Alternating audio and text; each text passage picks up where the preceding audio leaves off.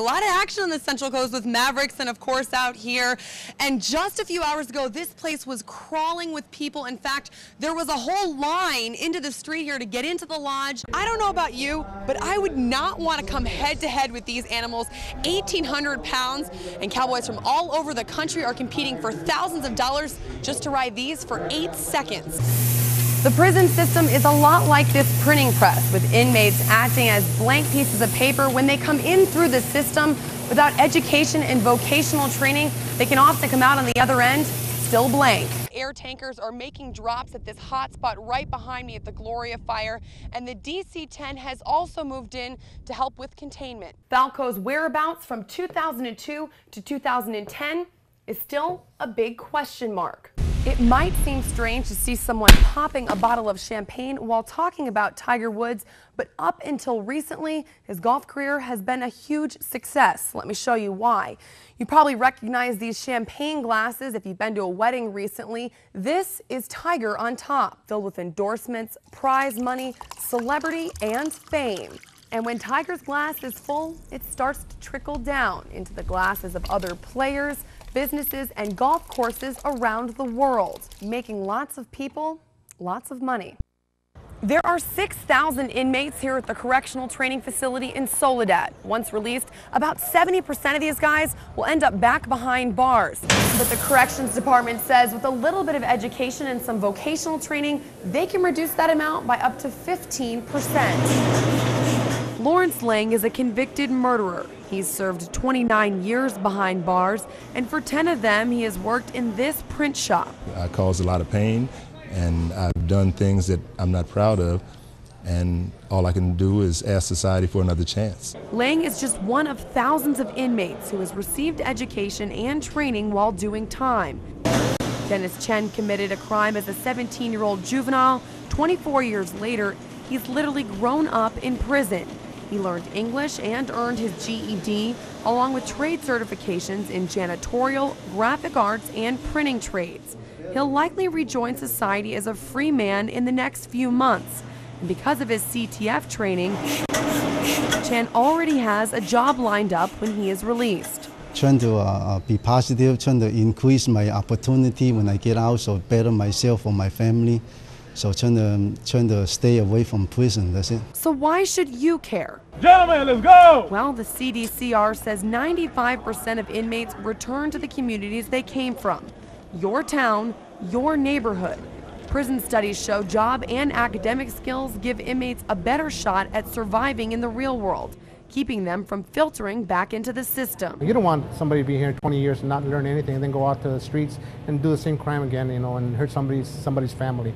Instead, you want them to go out there and try and find a job and work and be productive in society. Starting in January, the correctional training facility is cutting the number of vocational classes offered in half. Programs like janitorial services, landscaping, printing, and graphic arts are closing up shop.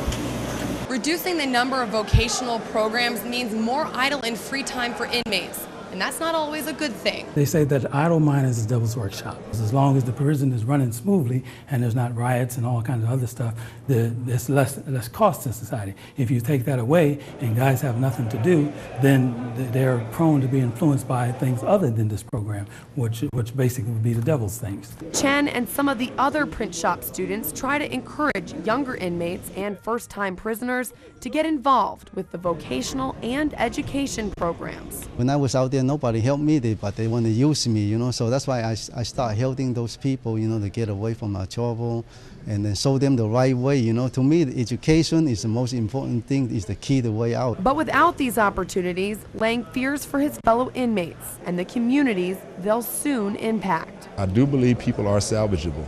I mean, of course, some may never change or some don't get a chance to change, but mainly inside, most people are generally good. From the correctional training facility in Soledad, Shannon, Hogan, your Central Coast News. More than 25 officers from all over Northern California met in this parking lot. Each individual team is actually getting together, determining what they're going to do, which ones they're going to hit first, and where they're going to go from there. I hopped in the car with Detective Sergeant Archie Warren. Our first stop, the Inns of California. At least 19 sex offenders live here. Probation search! Sergeant Department!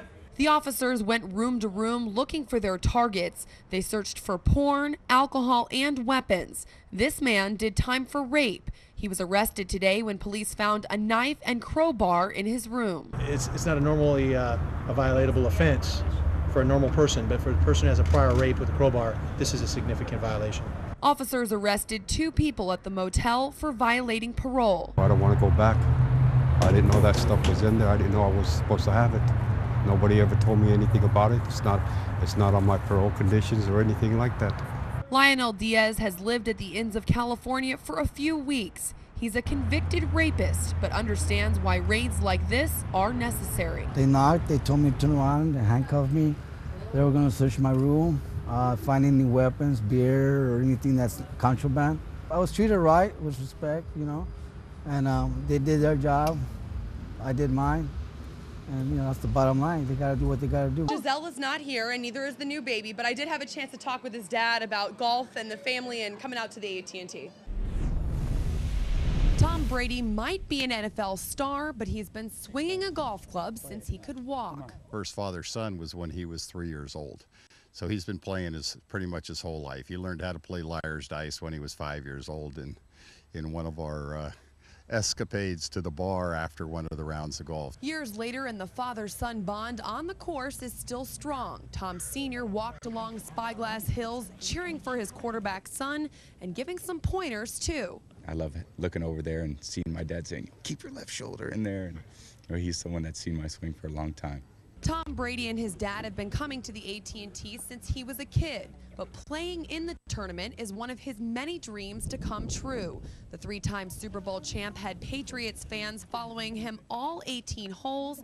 Even Tom Sr. was sporting his son's first Super Bowl ring. He gave it to me right after he won it, and it kind of blew me away.